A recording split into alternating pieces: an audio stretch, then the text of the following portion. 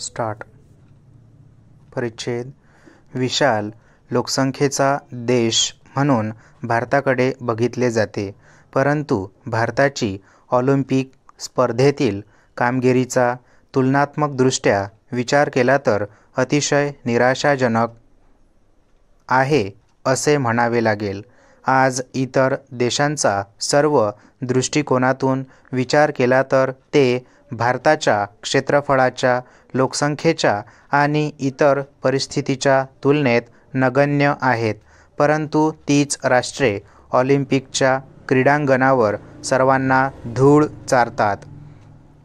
भारतीय खेळाडूंची कामगिरी पाहून अतिशय वाईट वाटते. प्रत्येक स्पर्धेत भारतीय खेळाडूंनी हजेरी लावण्यापलीकडे काहीच केले नाही. मनोरंजनासाठी हवापालट म्हणून भारतीय खेळाडू ऑलिम्पिक स्पर्धेचा निमित्ताने सहलीवर गेले होते की काय, असा प्रश्न साहजिकच निर्माण होतो. प्रत्येक स्पर्धेच्या पूर्वी भारतीय खेळाडूंच्या नावाचा एवढा गाजावाजा करण्यात येतो की विचारता सोय नाही. वृत्तपत्रातून त्यांच्याविषयी छायाचित्रांसह रकानेच्या रकाने भरून येतात. भारतीय पथकात निवड झाल्याबद्दल प्रसिद्धी माध्यमे त्यांच्या मुलाखती घेण्यात देखील मागेपुढे पाहत नाहीत. ऑलिम्पिक स्पर्धेसाठी निवड झाली एवढ्यावरच ते समाधान मानत असतील तर त्यासारखे दुर्दैव नाही. खेळात जय पराजयाला महत्त्व सारखेच असते असे सांगण्यात येते, म्हणून प्रत्येक वेळी पराभवच स्वीकारला पाहिजे का? पराभव झाला म्हणून दुसऱ्या स्पर्धेत कधी प्रतिशोध घेण्याचा प्रयत्न केला का? स्पर्धा तोंडाशी आली म्हणजे सराव करून भागत नाही. त्यासाठी रात्रंदिवस कठोर परिश्रमांची तपश्चर्या करावी लागते, तरच यश तुमच्या पदरात पडते. परंतु हे सर्व करण्याची तयारी भारतीय खेळाडू इतर राष्ट्रांच्या तुलनेत अभावानेच जाणवते. भारतीय खेळाडूंच्या अपयशामागील अनेक कारणे प्रामुख्याने सांगता येतील. खेळाडूंना इच्छा असूनही पाहिजे त्या सुविधा मिळू शकत नाहीत.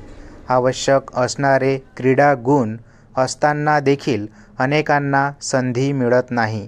त्यांच्यातील क्रीडा नैपुण्य विकसित करणाऱ्या उत्कृष्ट प्रशिक्षकांची आज आपल्या देशात उणीव आहे. पाश्चात्य राष्ट्रात जाऊन शिक्षण घ्यावे म्हटले तर अनेक अडचणी निर्माण होतात. परिच्छेद. मुख्य प्रश्न असतो पैशाचा. केवळ आर्थिक परिस्थिती मजबूत नसल्यामुळे कितीतरी खेळाडूंनी अर्ध्या वाटेतून माघार घेतल्याची उदाहरणे देता येतील. यात ग्रामीण खेळाडूंचा समावेश जास्त आहे. रोजीरोटीवर उपजीविका करणाऱ्या मातापित्यांना शालेय शिक्षण देणे परवडत नाही. ते त्यांच्या क्रीडाविषयक खर्चास कुठून पैसे आणतील? खेळल्याने कुणाचेही पोट भरले नाही, असे वाक्य आपण प्रत्येक घरातून मोठ्यांच्या तोंडी ऐकत असतो. इथेच आपण लहान मुलांना खेळापासून दूर नेण्याचा प्रयत्न करतो. त्यांच्या मनात खेळाविषयी घृणा निर्माण करण्याचा प्रयत्न करतो. लहानपणापासूनच जर त्यांच्यामध्ये खेळांविषयी आवड नसेल, प्रेम नसेल, तर त्यांच्या हातून काहीही पराक्रम होणार नाही. खेळाडूंनी देखील कुठल्याही एकाच खेळाच्या पाठीमागे लागले पाहिजे. एकाच खेळावर आपले संपूर्ण लक्ष केंद्रित केले पाहिजे. त्यातील बारकावे शोधून काढून ते आत्मसात करण्याचा प्रयत्न केला पाहिजे.